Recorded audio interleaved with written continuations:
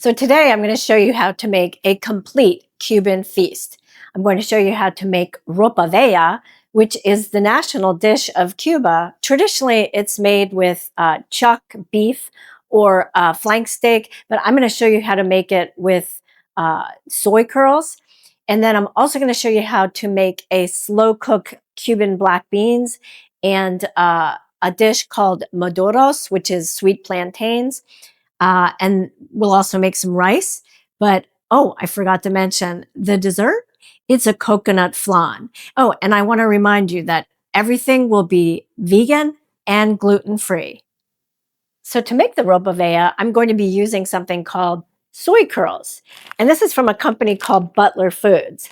And I've made other videos that include soy curls in the recipes. And in fact, I'll link below in the description a link to some of the videos where I show you how to cook with soy curls. But in this video, I'm going to be making the ropa vieja with the soy curls. And I should let you know, I reached out to Butler Foods explaining how much I love their products and that I have a cooking channel. And they were so kind. They sent me a box full of their products. They sent several of these soy curls. So I'll be cooking up a storm with these. But they also sent me some other products. I encourage you to check them out. I really enjoy them.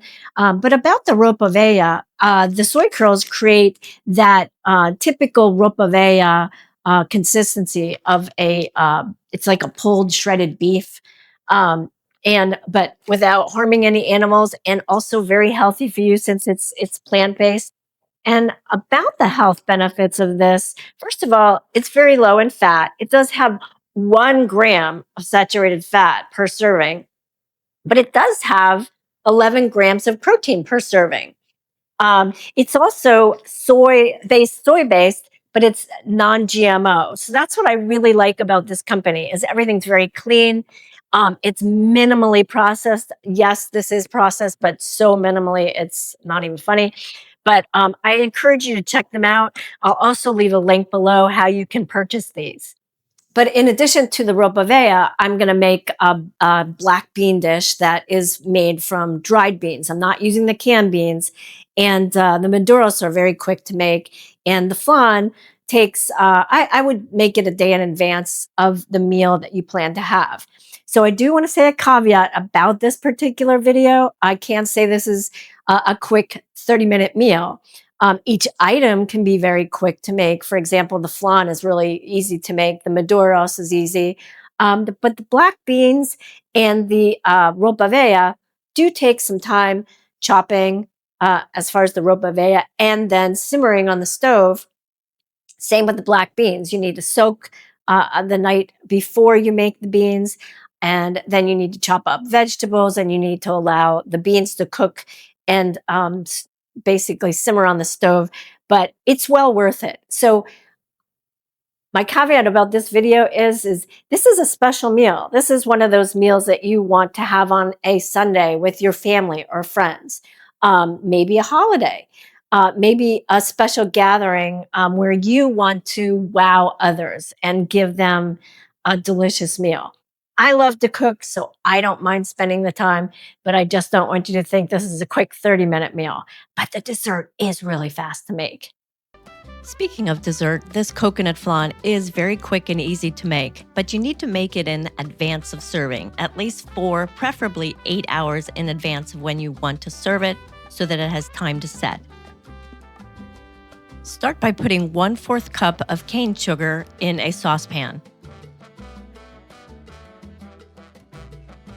Then add 1 tablespoon of water and 1/8 teaspoon of salt.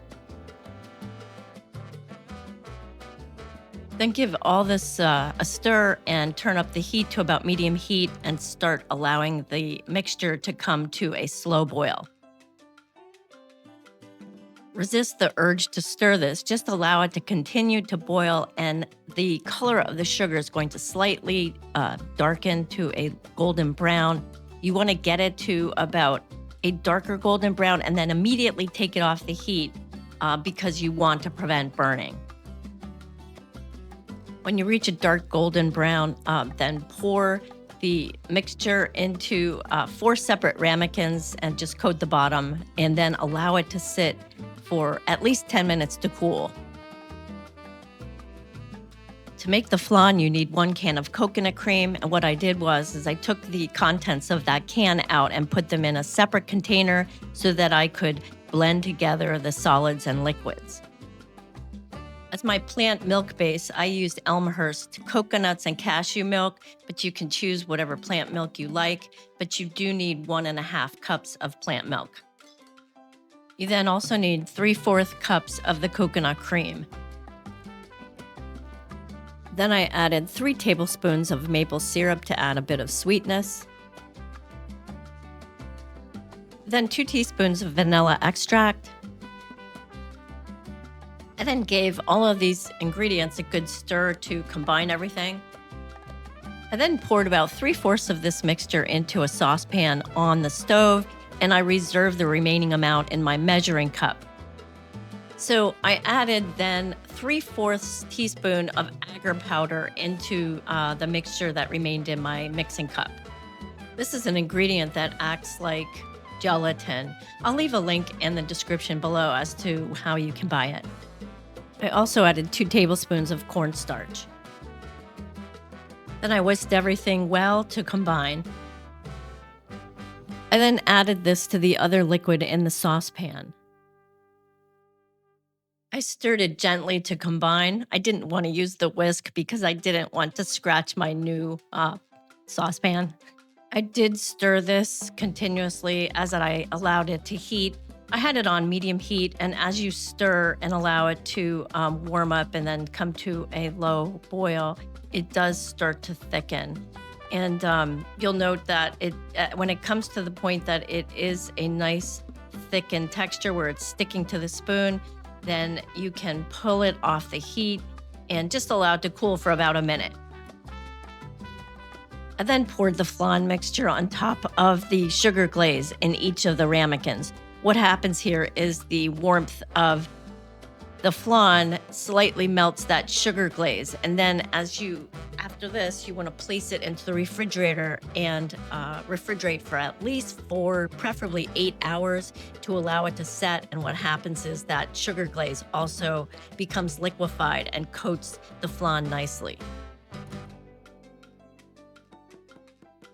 I allowed my flan to set overnight, and to serve it, I took a butter knife and ran it along the edge of the ramekin and slightly loosened the bottom. I put a plate on top of the ramekin and then flipped it over and managed to work the flan out onto the plate and poured that delicious caramelized sauce on top.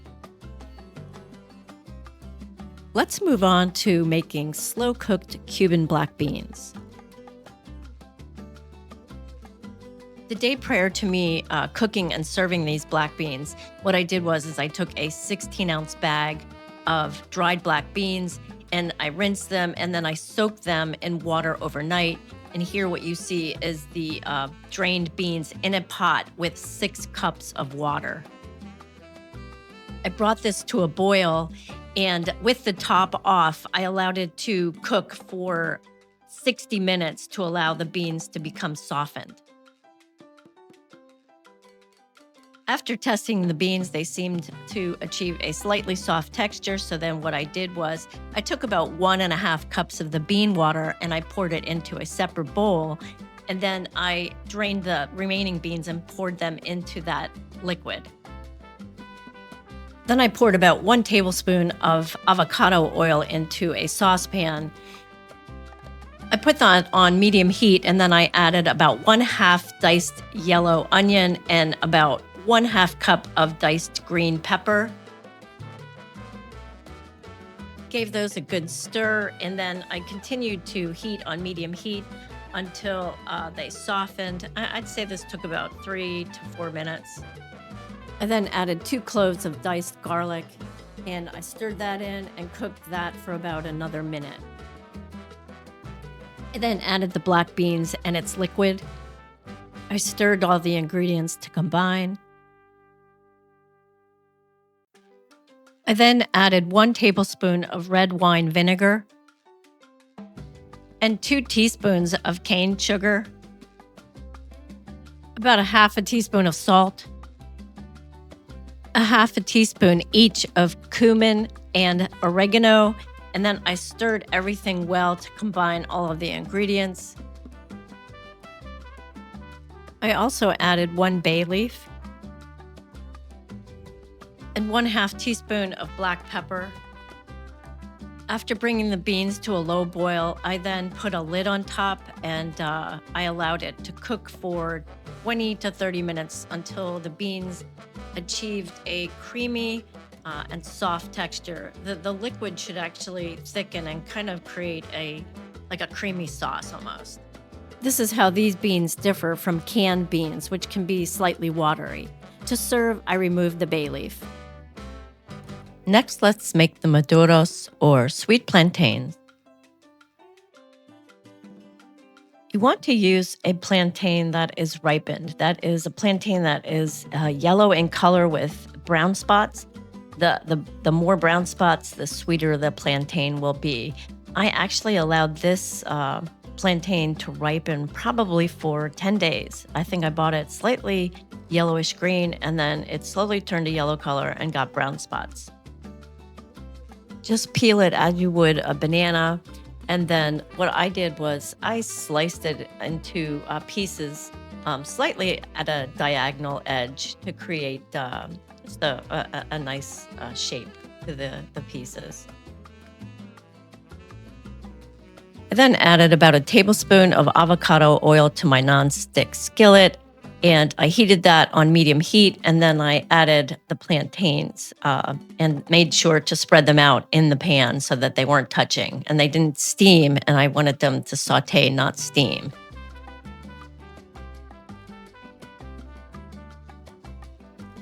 The sugar in the plantains will cause them to caramelize, and so what you want to do is keep an eye on them. I think I heated them a bit too long here, but they became nice and brown and crispy on the outside. So what you want to do is flip them over after that happens on one side, and then you want to do the other side the same way.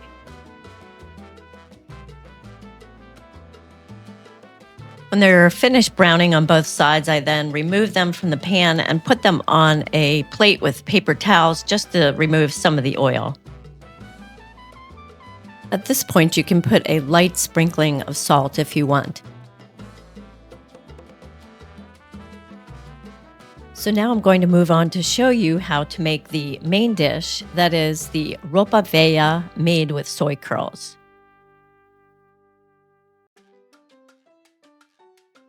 So you want to rehydrate your soy curls before cooking with them.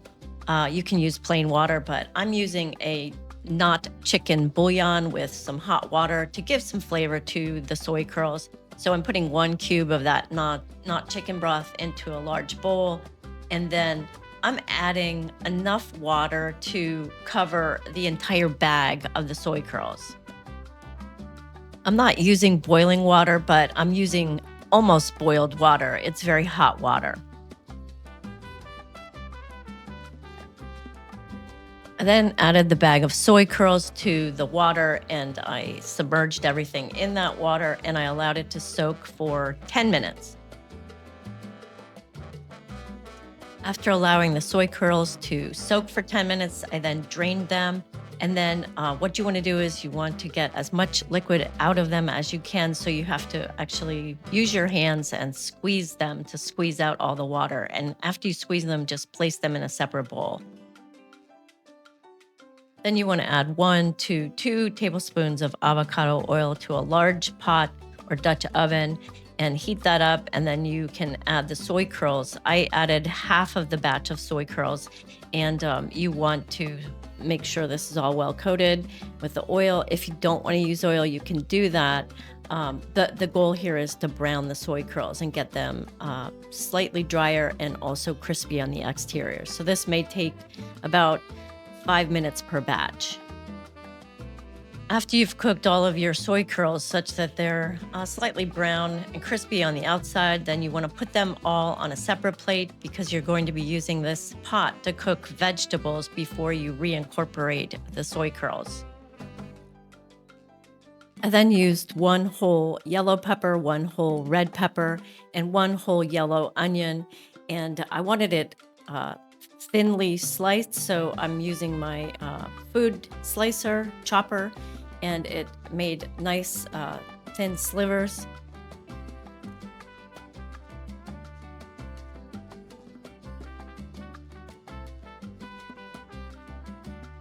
I had a half of a green pepper left over from the black bean recipe, so I also sliced that.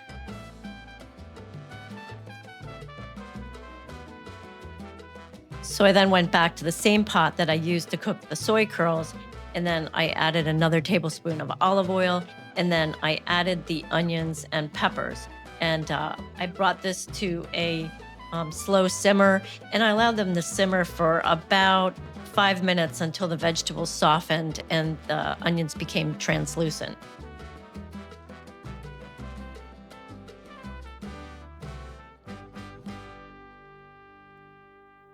I then added 4 cloves of diced garlic, then gave the vegetables a good stir, and I allowed the garlic and the remaining vegetables to cook for about another minute. At this point, I turned off the heat and I prepared my spices. You'll want to add 2 teaspoons of oregano,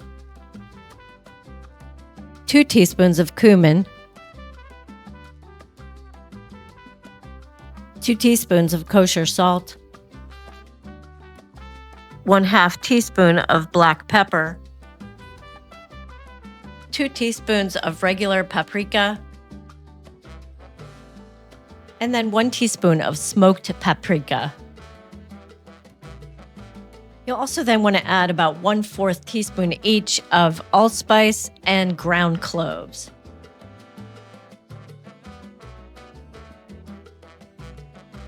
I like having all these spices prepared in advance and placed in a separate ramekin. I mix that together, and then it's just ready to add to the pot.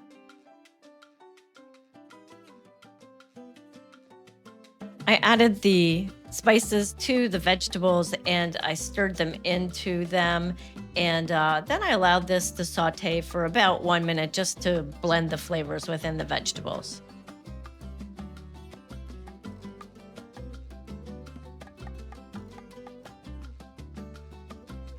I then added 2 tablespoons of red wine vinegar.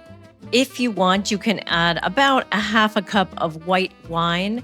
I didn't want the alcohol and I like the tang of the vinegar, so that's what I'm using. And so I stirred that into the vegetables.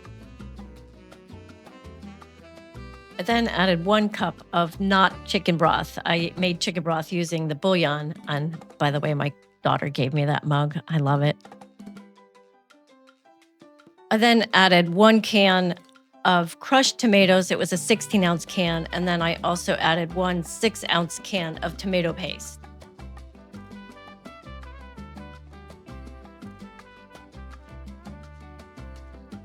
I then added 2 bay leaves and I gave everything a good stir.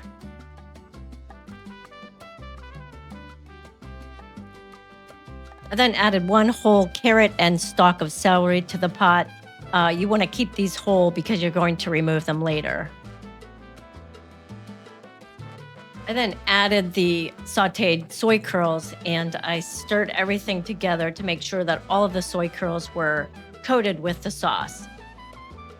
I then covered the pot with the lid and I cooked the soy curls on medium-low to allow it to simmer for about 1 hour. After about 1 hour of cooking, I then added a half a cup of jarred roasted red peppers that I diced, and then about 1/4 cup of pimentos and a good cup of green olives and 2 tablespoons of capers.